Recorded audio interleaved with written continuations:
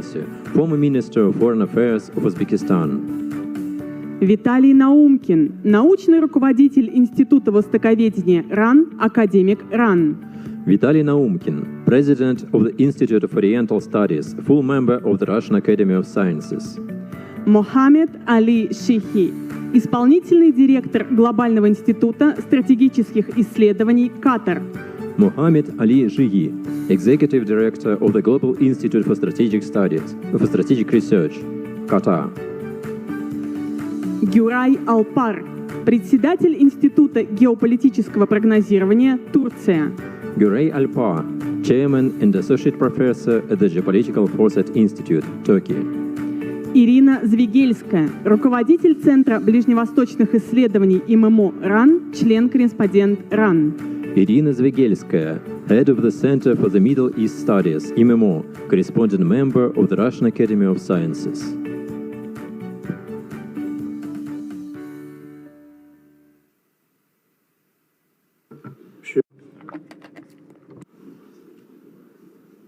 Добрый день.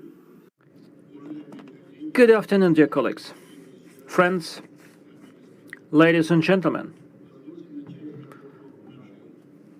I call the meeting to order. The session is called Middle East, Peace Beyond Reach. We're glad to welcome all of you at that very important session. And before we proceed with our work, I would like to personally once again congratulate the administration of the IMMO, of the Russian Academy of Sciences, its fellows, on their anniversary. I thank you for your kind invitation to this edition of the Primakov Readings. For me, this is not just a show of trust, but this is an honor and privilege to be here. As far as I was lucky to work for many years along with Yevgeny Primakov, not only in Moscow, but I accompanied him on his numerous trips to the Middle East. I'm glad to see here his colleagues and friends who still remember him and who treat with lots of respect his political and scientific heritage. Today, the previous sessions of our conference noted that international relations now are living through deep transformation. The balance of forces is changing. The role of habitual regulation mechanisms is going down. The new formats are on the rise. A lot has been said about that, and I will not elaborate on that, but let me stress that these processes manifest themselves most clearly and illustratively in the Middle East. The region goes through the most turbulent periods of its history. Academician Yevgeny Primakov, in his speeches, stressed that the processes in the key regions of the world may impact well beyond their borders and may have ramifications for the global politics and international security. Today, once again, we see that this tendency is confirmed. The security has gone beyond the national borders. The crisis in one region may have a spillover effect on security of other regions through economy, energy, transport, and undermining the connectivity. In Central Asia, we closely monitor the developments in the Middle East, the region that is connected to us through humanitarian transport ties and also through shared cultural contacts. The situation around Iran acquires a lot of significance as the key hub for the energy and transport connectivity. Any escalation here would have a say on the access to the global markets, would impact the energy prices and sustainability of flows, bring about systemic risks for the region. For Central Asia, it is of dramatic importance that the Middle East remains the area of predictability, cooperation, and sustainable development, not a battlefield of a protruded confrontation. But nevertheless, we see that the previously used approaches are no longer effective. And that raises a lot of questions regarding the future of the regional order. For instance, what the new security mechanisms in the Middle East could be. May we develop a more inclusive, more sustainable model of regional relations? And what role in that process would be played by the countries of the region and by the outside partners? The future regional configuration in terms of security is one of the priorities of the international relations, and this is something that the global community looks at. The consequences of the war in Iran may have a long-term impact on the regional processes and may also have a say on the security formula in the Gulf region. Many experts believe that we can expect a gradual transformation of the incumbent security model into a more comprehensive multilateral model based on mutual responsibility, balance of interests, and expanded regional dialogue. To discuss those questions, we invited the leading experts on the Middle East. Today, the previous session certainly touched upon the questions that are related to our topic, the regional conflicts and the Middle East. And once again, that confirms that we are living in an intertwined, interconnected world. Therefore, we had to make some adjustments to our session. Dear colleagues, before I pass the floor to our speakers, for them to share their presentations, their statements, I suggest that we make a very brief exchange of views on the Middle East, in particular the situation around Iran. Yesterday and today, in the recent hours, we get some news about the direct negotiations between Iran and the United States and Switzerland that are quite optimistic. With that regard, I would like to ask our speakers to very briefly make some comments, share your opinion, just in order to start our discussion.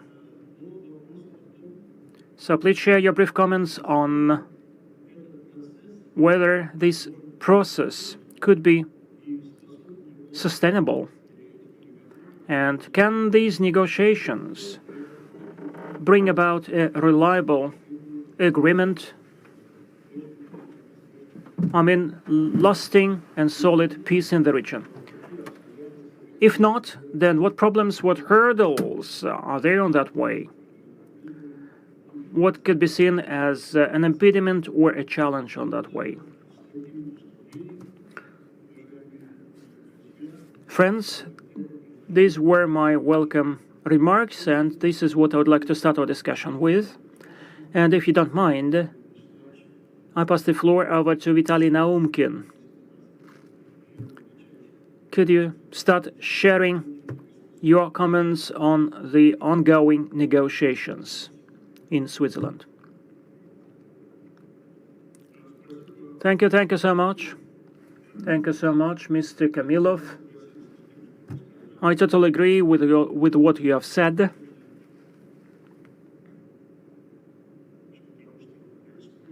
Regarding what is going on in the region. And you correctly spoke about the opportunities that opened up and the glimpses of hope that we can only support. Regarding the negotiations process, what we see on the US-Iranian track, but I must admit, and my opinion is, this is still not a solution. So, we are feeling a path to follow, and we need a very serious political will. And to those who have to walk that way, have enough of the political will, I cannot judge. But anyway, there are some seeds of hope, so to say. And what we see a very serious change in the balance of forces in the security formula, in the regional security framework. And now we see some outlines of what may happen, but there's a lot of impediments on that way. The main progress is that new states, new actors have been engaged, and before they didn't play any active role there. I don't think that we have to boil it down to the US-Iranian dialogue, because the process itself is much broader. For instance, it would be enough to say that this process is engaged by Pakistan and Qatar. Pakistan acquired a totally new capacity in that new balance of forces in the Middle East. I do think that the role of Pakistan is now the main factor driving the changes. Pakistan, along with Qatar and other allies from the Islamic world that try to influence the situation positively. That's the most important factor, most significant factor.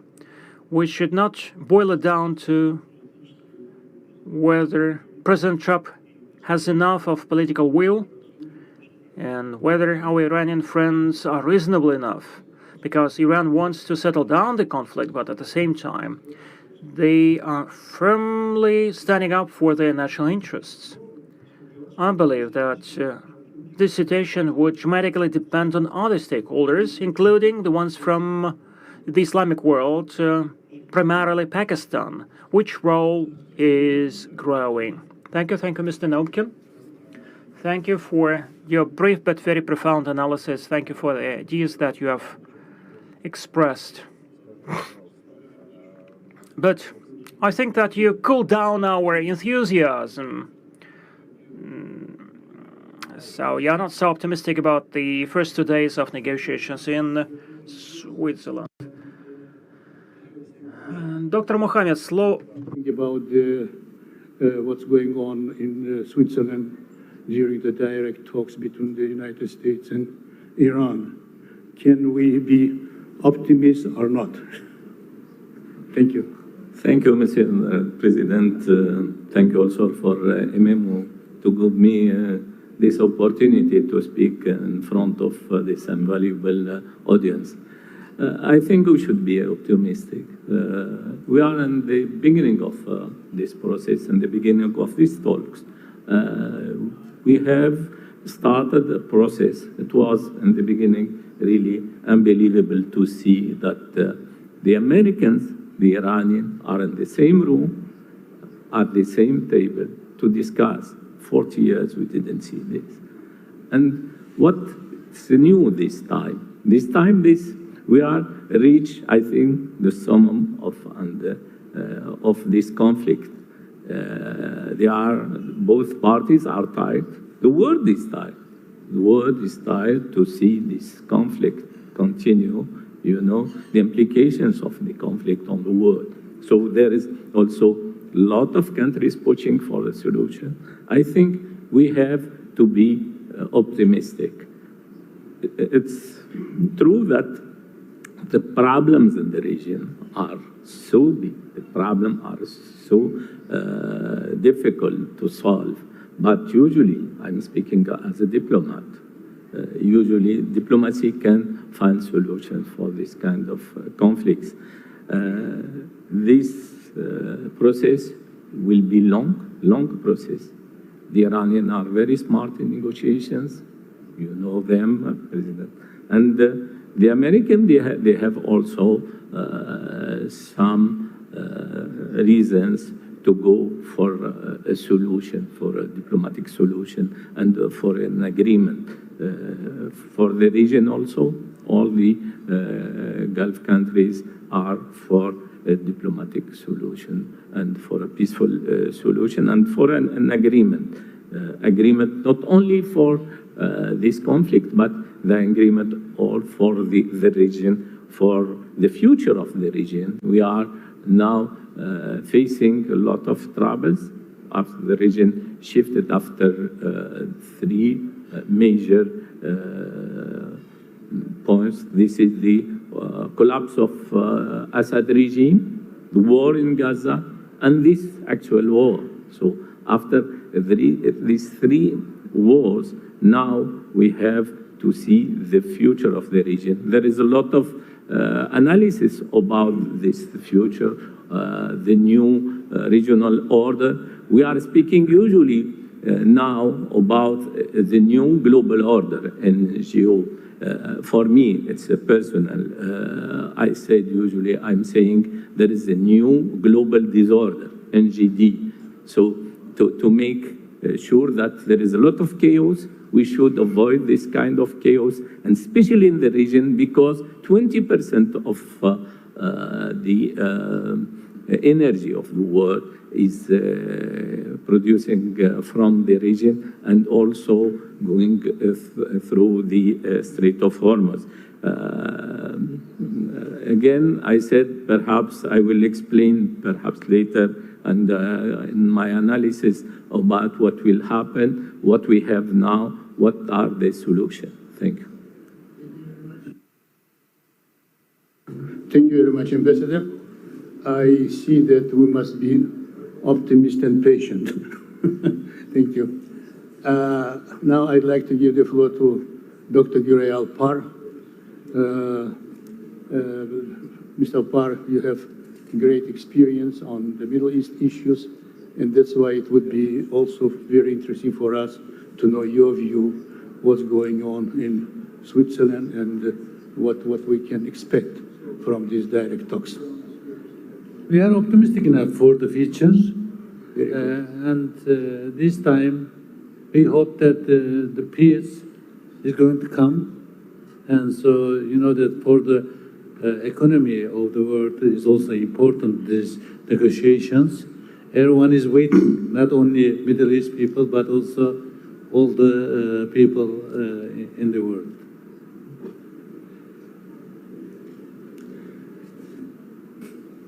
Thank you very much, Dr. Alpar. And now I'd like to pass the floor to Irina Zviagilskaya, corresponding member of the Russian Academy of Sciences and Doctor of History. She is a brilliant expert on Middle East, and sadly, we're keen to find out your opinion. Irina, over to you. Thank you so much, Mr. Moderator. That's a pleasure for me to be in such a good company of people who know the region very well.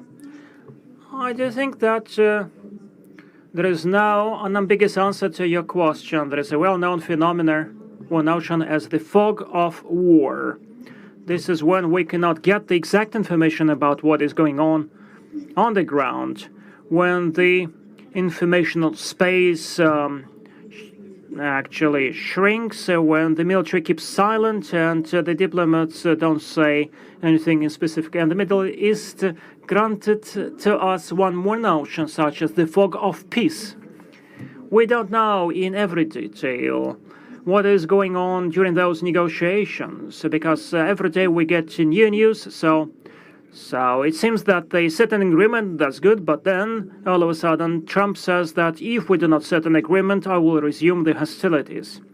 The main problem that we run into lies in the fact that this conflict and this war were unusual, in a sense that there are no losers or winners. Who is the winner in that war? Every side may say that we are the victors. And in such a situation, an attempt of any party, of any side, to get most of the advantages during the negotiations inevitably would run into the shortage of resources. This is what we see now. And the United States set a lot of requirements, and there are very serious demands from the Iranian side, but they cannot push for those conditions. Now that the outcome of the war is not clear, so we do not know what has happened, and therefore both sides would find it difficult to come to terms. Thank you so much. Thank you so much, Ms. Zviagelskaya. I totally agree with what you have said, especially bear in mind your excellence, your experience. And thank you for your brilliant analysis of the situation. And the metaphor of a fog, I think that this is something that we can use in our future articles and surveys. So the fog over the Middle East. This is how we can call the collection of articles. Distinguished colleagues, after such a dynamic introduction, I would like to start giving the floor to our speakers and start with Mr. Naumkin. Mr. Naumkin, your papers, you've numerously said that the Middle East is going through the deep transformation period. Former mechanisms of the balance of powers in the regional security do not fully work. Moreover, according to your evaluation, even the biggest global players do not clearly understand which direction the region will be developing in and who is going to define the parameters of a new regional order at the end of the day. Amid this, I would like to ask you a question. I do understand you have your own ideas, you have prepared your bullet points, but please, could you comment on the following question? Are we witnessing the breakup of the former system of the balance of powers in the Middle East? Which factors will determine a new world regional order? And the last question, do you see political forces or states capable of becoming those whom you called responsible for fine-tuning the mechanism to provide sustainability and predictability in the region? Over to you, please. Mr. Naumkin, so these are the questions. And then I may ask you a question if you are willing to take that. Thank you very much, Mr. Kamilov. These are very interesting questions. It's difficult to give quite persuasive answers. This is material for discussion and debates. As for new factors, there are a lot.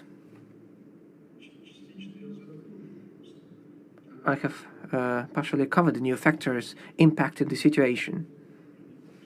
And it is quite clear, as we have already said, that today we see many points of uncertainty, many complicated issues in those arguments, and the games unfolding around the crises which emerge. As for the mechanisms, new mechanisms, and maybe new players, I do believe that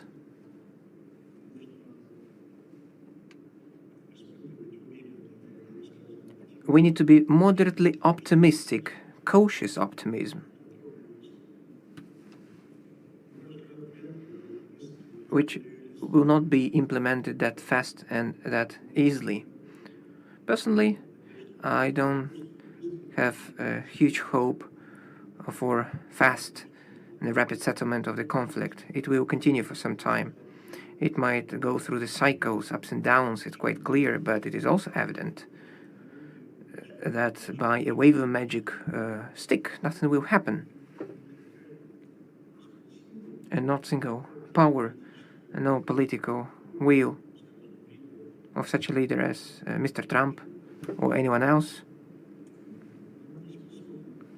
is incapable of resolving the matter fast. Moreover, everyone, to a particular extent, focused on their own interests, on their own objective. And these objectives face the headwind from the other objectives, and it will go on for a period of time.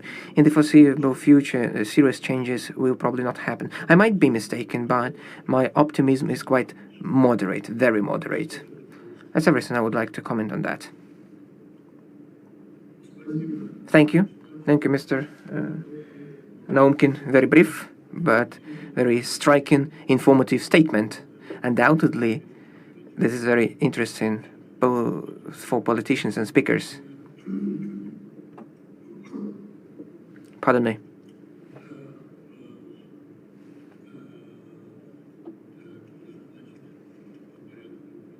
So, by our order, we have. You have great experience on Middle East issues, and you are observing very attentively what's going on. We had yesterday very productive discussion and conversation with you, and it would be, of course, very interesting.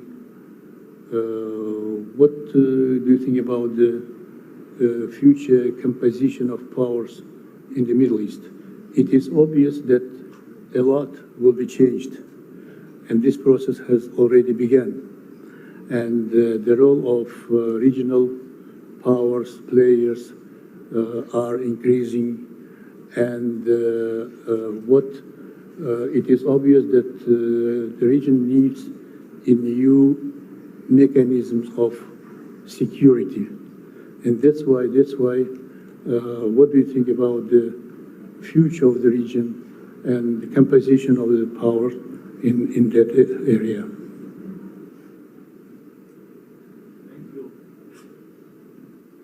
Thank you for giving me this opportunity to speak about the future of the region.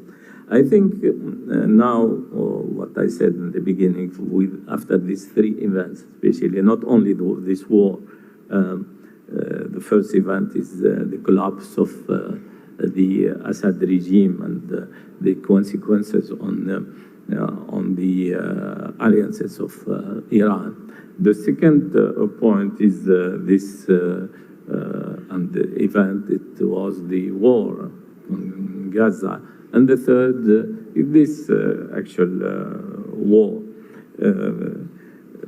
For example, for the future of the regional security in the Middle East is shifting from unipolar US-dependent order toward a highly fragmented and complex framework. Following the US-Israeli-Iran conflict, regional actors are prioritizing three major issues: strategic autonomy, local defense integration, and multi-aligned diplomatic hedging. So after this, we'll have the emergence of regional non-aggression pacts is possible also, and perhaps this is a solution for de-escalation and the de-escalation mechanism. For example, perhaps the future of a region, some people are speaking about Gulf NATO, the other are speaking about a model close to the Helsinki model. For example, Saudi Arabia has actively floated the idea of multilateral non-aggression pact with Iran. This concept is close to the 1975 Helsinki Accords, which aim to establish communication channels, and we need communications channels, and we need also discussion between all the belligerents. This is required also ideological alignment and not formal friendship. There is also the disruption of the critical maritime checkpoints, like we have the Strait of Hormuz, have forced the Gulf country to rethink the mechanism of security in the region, or also their own security. We have now new strategic partnership with the newcomers. We are seeing there is much more relation, and there is much more cooperation between Saudi Arabia, Pakistan, and Turkey, and perhaps we'll see other Gulf countries join this kind of framework. So we need, and that's in my own opinion, a truly inclusive region-wide collective security system. This system, like it will be not NATO, but at least will have a framework close to this kind of organization. We can also have cooperative security regime. What is essential now is not to get all or nothing. The essential is to get some thing that can help these countries to have their own security framework. This can, through the deepening of defense infrastructure in the Gulf, also independent air defense networks, and also some new cooperation accords. There is an obstacle to this regional security. The first is the Israel-Iran fracture. The presence of Israel usually will try to push the Gulf and the Arab countries to be usually a little bit far from any system that will include Israel, without finding solution for the Palestine issue. There is also, after decades of rivalry between Iran and the Gulf country, it's a little bit hard to find a way to get them involved. Like I said, this problem of Palestine cannot really help any implementation of a system where Israel will be a member. Usually some people are saying that we have this white elephant. Israel is this white elephant in the room. Also, there is some countries like Europe favor for regional dialogue. There is conflicting agenda between superpowers, US, China, and Russia cannot help in this matter. Thank you, Ambassador. It is very interesting to hear from you your comprehensive and, at the same time, I could say, moderate approach towards Middle East problems. And in any case, it is very useful to understand the nature and the structure of this conflict in the Middle East. And the next speaker, I'd like to give the floor with great pleasure to Mr. Dr. Alpar. Dr. Alpar, we know that recently Turkey is playing very active role in regional developments, and not only in the Middle East, even in Central Asia.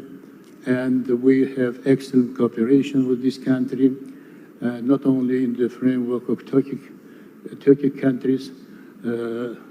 Every Central Asian country has close cooperation, bilateral relations. And that's why my question is about the role of Turkey in the Middle East right now. And we know that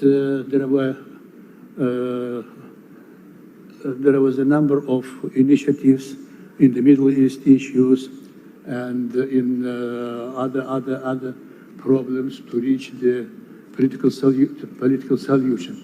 And my question is, can Turkey contribute seriously to the process of stabilization of the situation in the Middle East? And the second question, Turkey having great economic, military potential, very unique geographic location, and having very close cooperation with West and East, being a full NATO member and so on.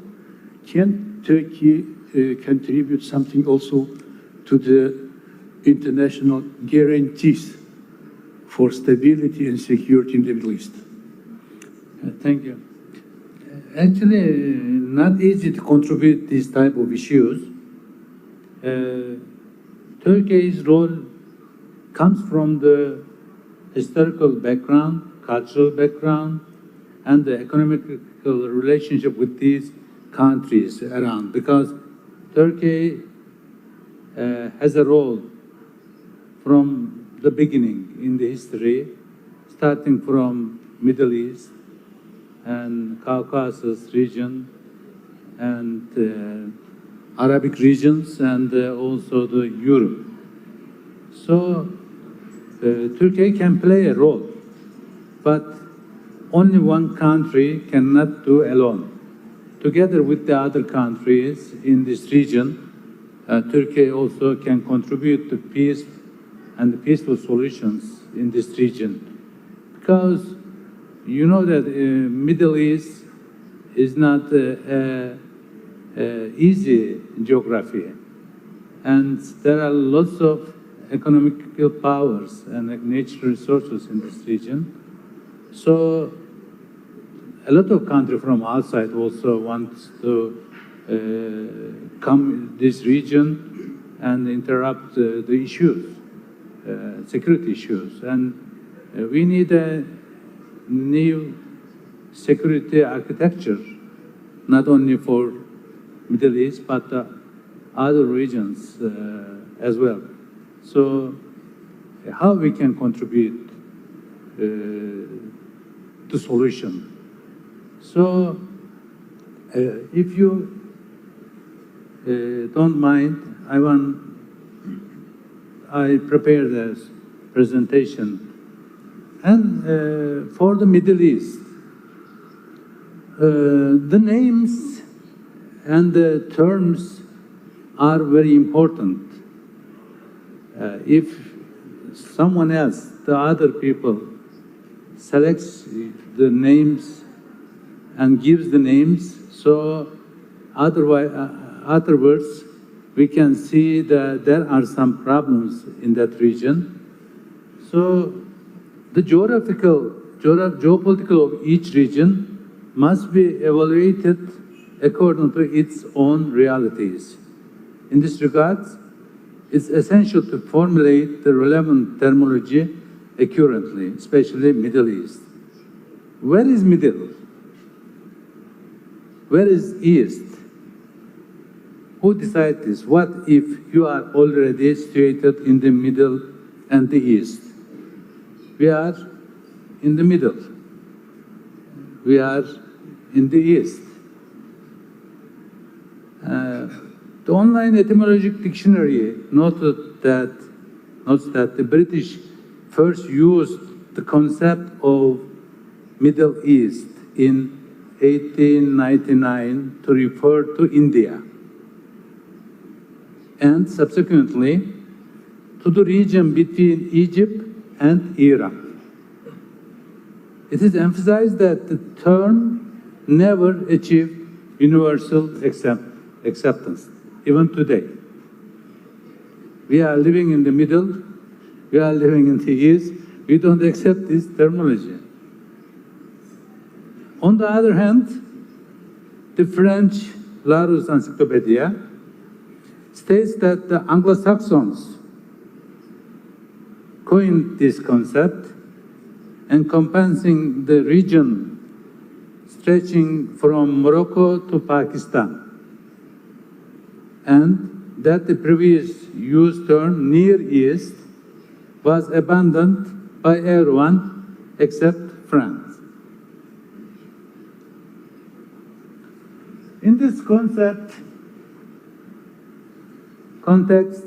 American diplomat and author Ambassador Freeman sheds light on the concept from an American perspective in the article titled "The Middle East is Once Again West Asia." He explains that since Europe is considered the East or Near East from the American viewpoint, the region of West Asia, where we located as Turks and also Russian, becomes the Middle East to Americans. Therefore, we believe it is beneficial to redefine terms such as Far East, Middle East, and the Eastern questions, which embody an imperialist logic and perspective in a way that places the region itself as at the center. Some academics aware of this sensitivity of the matter hold the view that the most accurate term for the country is located in the western part of the Asia is West Asia.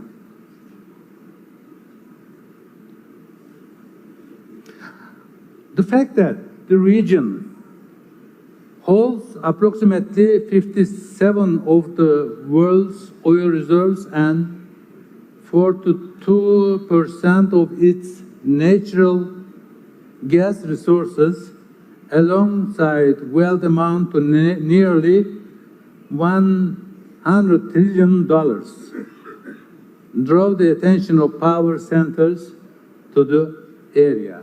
And you can see the countries, and Venezuela at the beginning of the list, Saudi Arabia, Iran, Canada, Iraq.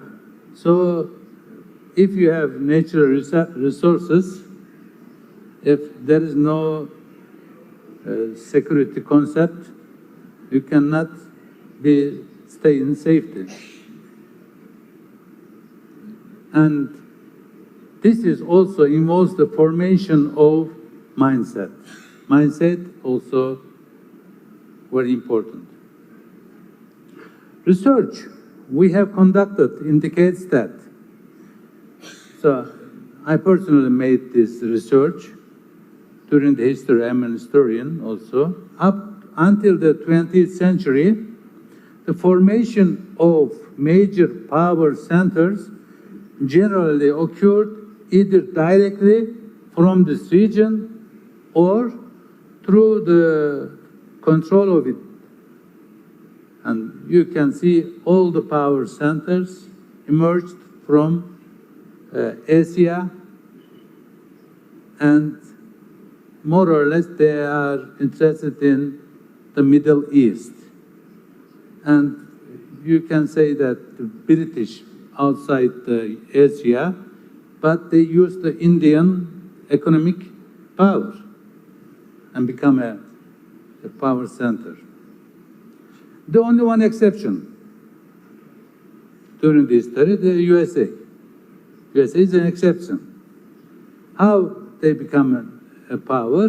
They use the other countries in the Eurasia, fight with each other, use their energy, use their power, especially 1820 after 2083, they found free time, and not the other countries, and give attention to this region. They prepared themselves for the future. Furthermore, according to results of analysis we conducted for this power center, which emerged outside of Eurasia to remain viable, it must fulfill two conditions. They can stay a power center if they fulfill two conditions. These two conditions. What is this condition? The first one is securing certain Eurasian states as allies. They cannot stay alone.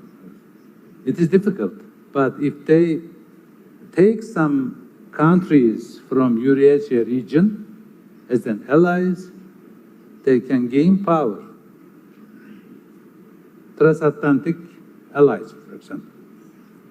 The second one is preventing the states and people of Eurasia from uniting by exploiting past conflicts, problems in some ways, and also create points of discord to keep such issues alive whenever necessary. This is two conditions. And you can see the conflict points, some of them that I know here. And if you want, you can find a lot, because the Asia is very historic place and people lives together long time. It is normal, some problems among these countries. When considering the last century, starting with the so-called Middle East region, it is extremely difficult to find a conflict zone within Eurasia where these dynamics have not played out. All of them. In an anarchic system, there is no justice, no laws, no institutions. So how can we envision peace, tranquility, prosperity, and development in such an environment? In Asia, in Middle East. It is not easy. There are structures for a new and just international system and a genuine security architecture. Security is important for every region in the world, especially in our region, especially in Middle East. Initiatives of the kind mentioned above poses a danger in such region. Indeed, bearing the fact that in mind that some power center had reached whelmly when Germany sought to cooperate with Mexico during World War II. Germany wanted to cooperate with Mexico, and the United States didn't allow this. And especially when we take a look at during the 1962 Cuban Missile Crisis, both instances occurred within its own hemisphere. They didn't allow. They so did something very critical, even the war. And this is also the primary reason why the Munich Conference has been held since 1963, 1 year after the Cuban crisis. And the Munich Security Conference started, and we know what happened. They take the European countries, and with the European countries, they wanted some, create some solutions to do something in our region. But you know what happened during the last 10 years? Munich Security Conference is giving alarming the situation, because everything changed after the speaks of the President Putin's speech in conference, and it is only natural to accept the same sensitivity to be shown regarding the Eurasian region. We expect this. The other countries should respect the Asia and the Middle East security issues also. And last year's conference ended with a dramatic way because of the Trump. Finally, as an historian and academic specializing in geopolitics and a social and cultural anthropologist, I would like to state that the discipline of anthropology generally conducts its work based on these two fundamental principles in anthropology. There are two methods. One, why and how do individuals and societies different from one another? How they different? If you concentrate on this issue, you make all the people enemy to each other. How different? What is differences? Of course, even the brothers have a lot of differences. And second, why do individuals and societies resemble one another? Generally, I concentrate on the second issue. Why we are similar? We have a lot of similarities. True? And focusing on the first point, pit individuals and societies against each other, foster attempts to drive them apart and even spark destructive conflicts. You can see some pictures that some people are trying to find differences in this region. They lived thousands of years together. Now they're trying to find some differences. Sorry, Dr. Por. We are limited in time and we have other speakers. 1 minute. Okay, please. Okay. This raises the question, is the aim to ensure that this region remains in a state of perpetual ruins, turmoil, and disarrays? And so I want to give this also. Can you change the next slide, please? And heartland and rimland theory. Where is heartland? Why is we have heartland theory? Why is rimland theory? What's going on the rimland at the moment? And also the countries, the peoples, the same peoples becomes enemy to each other for this region. So they are trying to, some people are trying to cut the connection. We need connection in this region. If you cut the connection, at that time there will be some problems. So we can say that as the last word, the problem is that the realistic strategies and projects needed for the region are being artificially created from the outside, rather than by the countries of the region themselves. That's the answer. So we should come together in this region. The problems here can be solved only the country in this region. Thank you very much.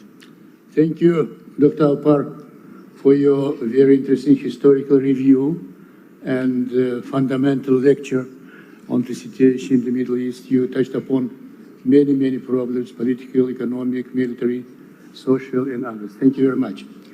Уважаемые коллеги, Colleagues, and we are progressing very fast. We have only 30 minutes. And if we have any time left, we will proceed with the Q&A. But saying that, I would like to pass the floor to Irina Zviagelskaya. In the course of the previous discussions, the balance of forces was mentioned more than once, some things like settling down the conflicts.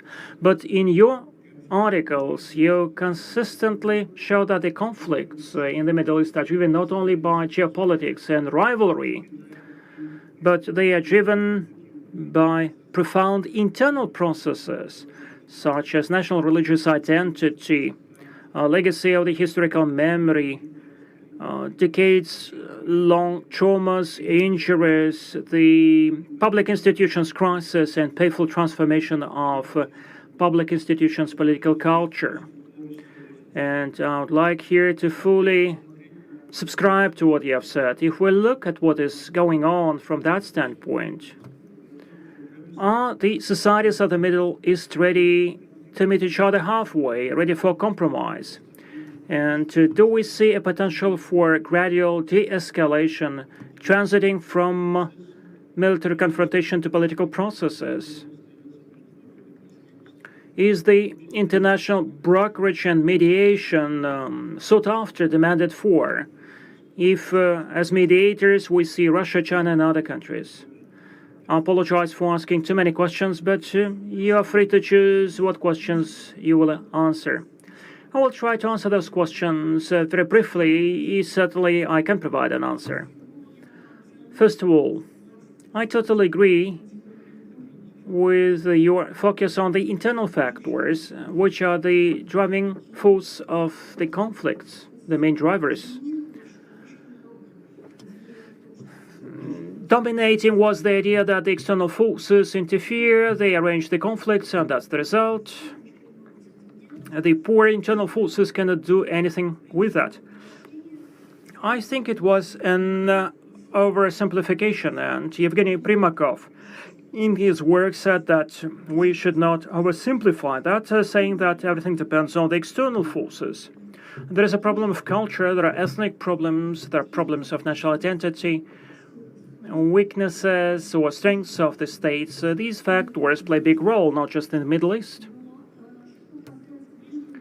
but as concerns the Middle East, there is a number of old conflicts, seasoned conflicts, that do not look prepared for settlement. And even if external actors do something proactively, I mean the United States, Russia, China, and other countries that want to become mediators, I'm afraid that for a number of conflicts, this would not mean a settlement. And first of all, this is true for the Palestinian conflict. Unfortunately, after what happened now in the Middle East, after the new escalation, the chances of the Palestinian problem to be settled down are even more far away than before. And sadly, I wish I could be an optimist, but there is no room for optimism in that respect. What can become a driver for a new peace process with unclear results and outcomes? That's the inactivity of the regional forces, not the external forces that would come and would say, do this and this. But I mean the forces that are deployed in the region, that know the region, that understand how they have to act in this or that situation, that can talk to one another, and that, as is obvious now, really are seeking a kind of an autonomy in choosing their strategy. So I put my hopes on the activity of the regional forces, state and non-state actors. Thank you. Colleagues,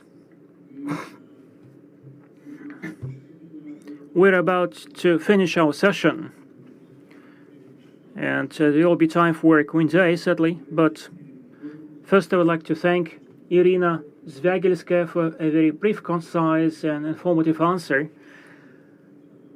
to my questions that probably didn't sound clear. Thank you so much, Ms. Zviagilskaya.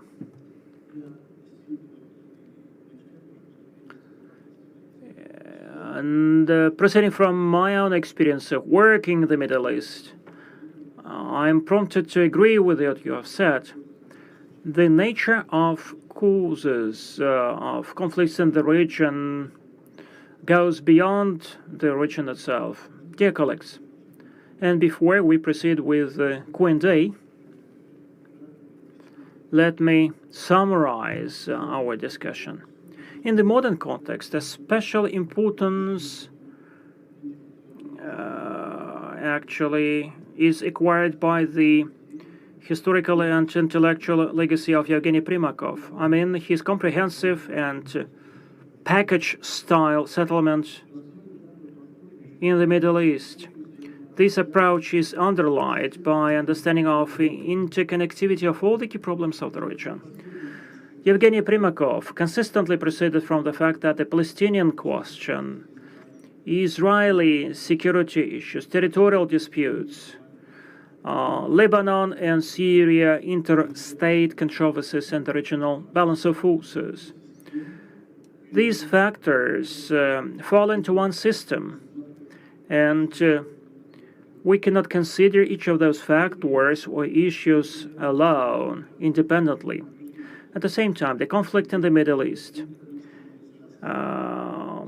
has become an international one, engaging non-regional actors. We see that along with the alliances and tendency to form alliances, there is a tendency to atomize. This is what we see in the new developments in the relations between the countries that have official allied relations.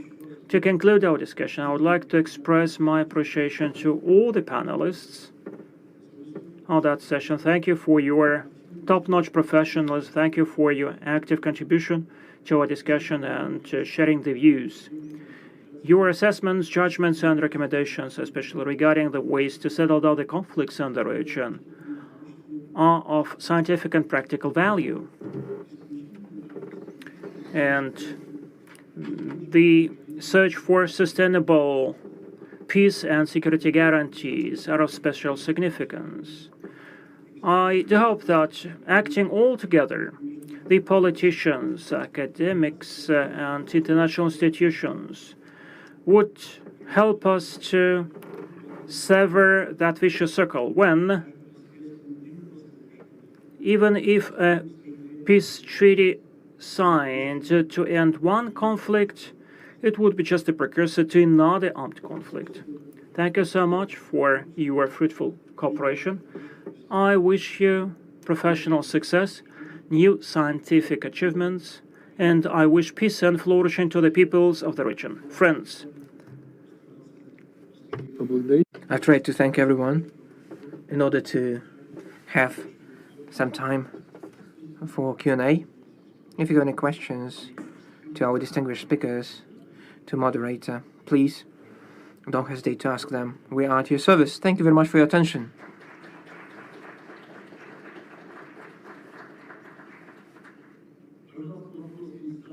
Questions from the audience, please. I see a hand raised over there.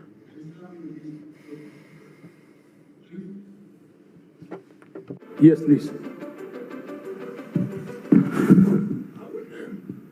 How do we deal with non-state actors? We haven't touched upon that. Mike, please, Mike.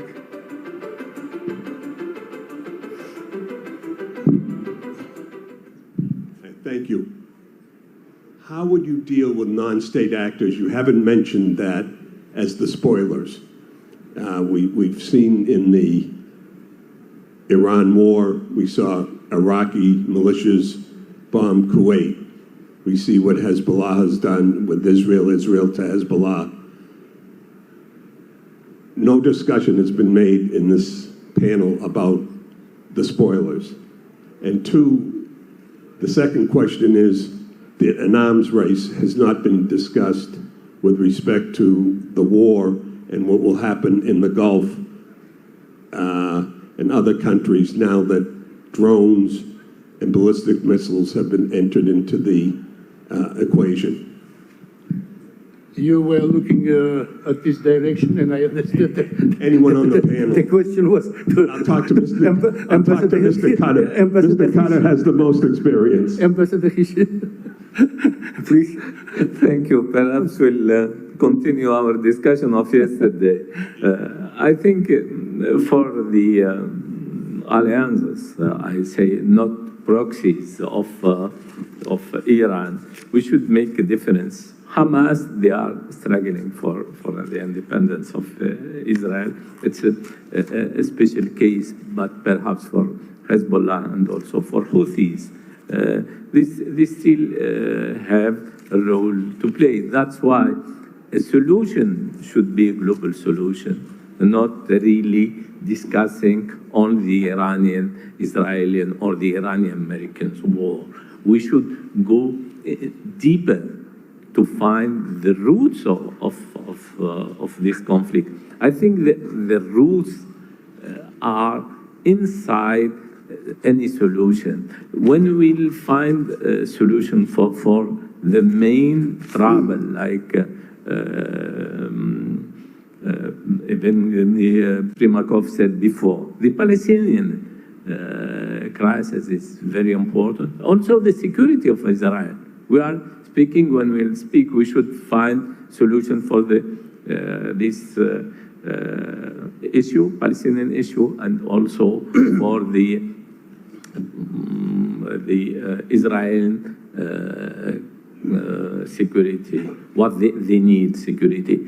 But I think when we'll rethink the security system of the region, we'll have a lot of opportunities. If we go outside the military conflict, we go for the economic and social opportunities that we can get. Israel, with the demography of Israel, they cannot really resist with the demography of the region. But also, Israel is powerful in economy, powerful in technology. They can really rethink how the new relation of the region, and they can build a system. We cannot build a system without Iran, a security system without Iran and without Israel. It's unbelievable and workable.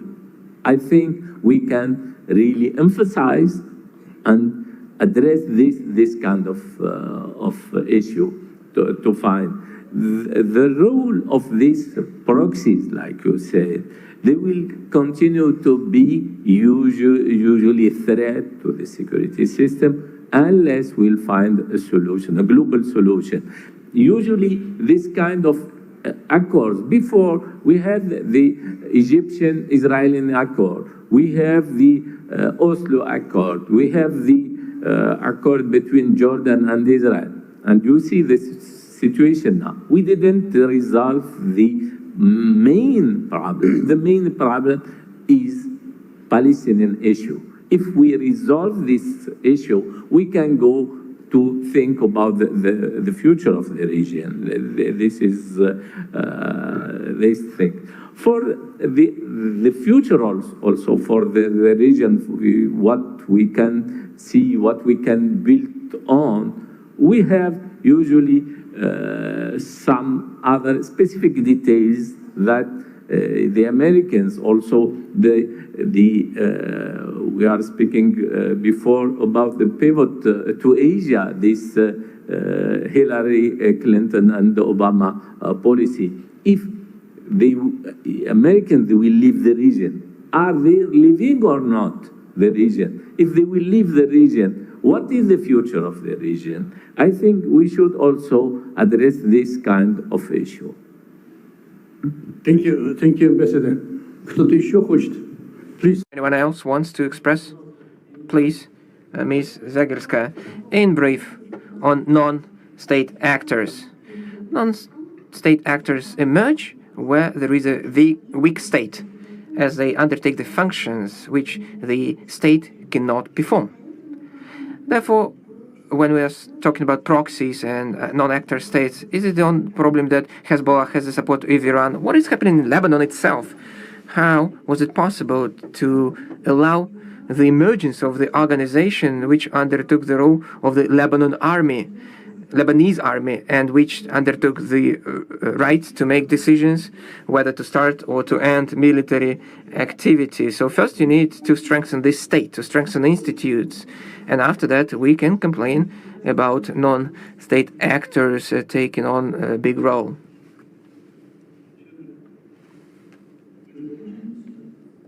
Have you finished? Ms. Vegelska, I'd like to align with your point of view. You reminded me, talking about the domestic Lebanese problems, about the fact that before the civil war, Lebanon had a political culture, it had a principle. Our power is our weakness. So we don't interfere anywhere. We do not dictate, we do not impose anything. We don't need strong army because we're not going to attack anyone. We like to transit trade, and to live a beautiful life. But at the end of the day, that's what it turned into. That's where they ended up in. So we see proxies and others whom Iran supports, the pro-Syrian forces, and so on and so forth. This principle didn't stand for a long time. And unfortunately today, this is a situation in such a good country, but it is going through the tragic stage. Please. About the non-state actors. So who decide this? Term is very important. Who is the non-state actors? For example, Ambassador mentioned about Hamas. Hamas, the representatives of the Palestine. Only Israel, they don't accept this, but the people in this region voted for the Hamas. So first we decide who is the non-state actors. And so actually you are right, maybe to control the non-state actors is not easy. So it is better in state, under the state. But in this region, that's the main problem. No agreement with the terms together. That's the main problem. Thank you. Thank you, Dr. Alpar. Еще какие-то вопросы в зале?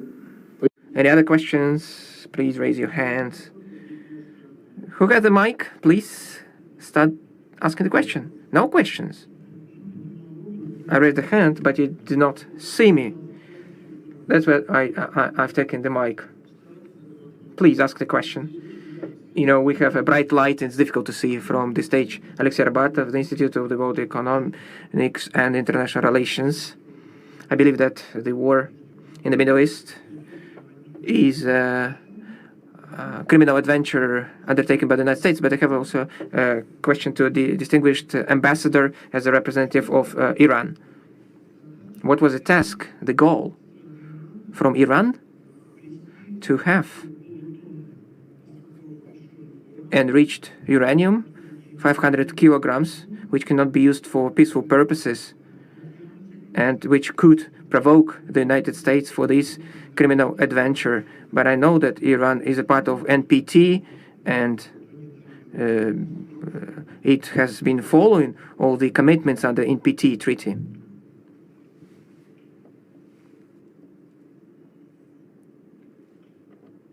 The question to the ambassador.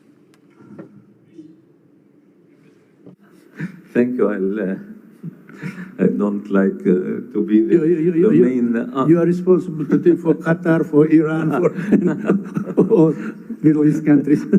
No, I'm not Iranian, but I worked in Iran. This is something, perhaps, the consequence of last withdrawal of President Trump from the agreement. The Iranians, they are saying they reach this level of uranium enrichment. But I think if we go back to the main problem, the main problem is the nuclear weapon, not the uranium. We should have really rethink also the balance of power in the region. Also, we should avoid that or country in the region should have the nuclear weapon. If we'll find solution for this, why, for example, a country like Israel is not member of NPT? We can discuss this. We can discuss openly all these issues related to the nuclear trouble, nuclear problem, nuclear issue in the world. For the future, perhaps, we should be optimistic. Iran can, for example, give this quantity of enriched uranium to Russia, for example, or inside Iran, they will find a solution. And I think it will be a technical problem. And I'm optimistic also to see that through the negotiations, and Iran will go through this solution. And they said a lot of time that they are not pursuing a nuclear weapon. They are not going to have this nuclear capacity. This is very important now. Like I said before, we are in the beginning of the talks. We don't know what the result, but there is from when you read under the lines and between the lines, you can see that there is a possible solution for this trouble.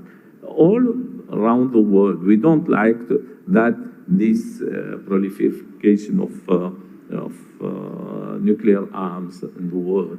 And imagine if tomorrow Iran will say that I have the nuclear weapon. You will see a new race of nuclear weapon in the region. And I think it's better to see now how to build peace, how to build the new relation on this time, and to avoid any escalation in this field, in this issue, especially in the nuclear topic.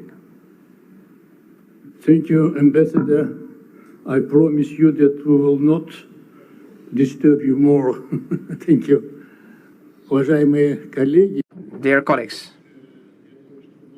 I believe that you have seen such a fact when you read something long ago and when you're talking about upbringing students, and you need to force them to think quite well, to try to use the full potential of theirs to train their brain, let's put it this way. So professor usually sets a task connected with finding solution in the Middle East problem.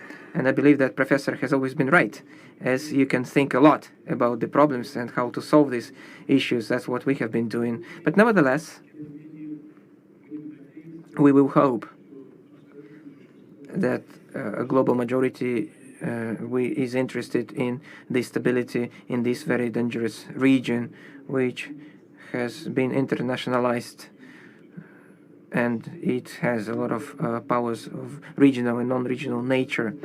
But I'm coming to one conclusion based on my own experience. In 1990s, when I visited South states from Uzbekistan at a very high level, I was told that we need to tackle our problems without participation of non-regional powers. Today, on the one hand, we are intertwined world. On the other hand, it is not fully the case. So we need to have international guarantees. We need to have international cooperation, comprehensive cooperation, to reach any common ground, that the world should be secure, it is indivisible, and everyone should have equal access to this security. I would like to thank you for your attention. I wish you happiness, all the best, scientific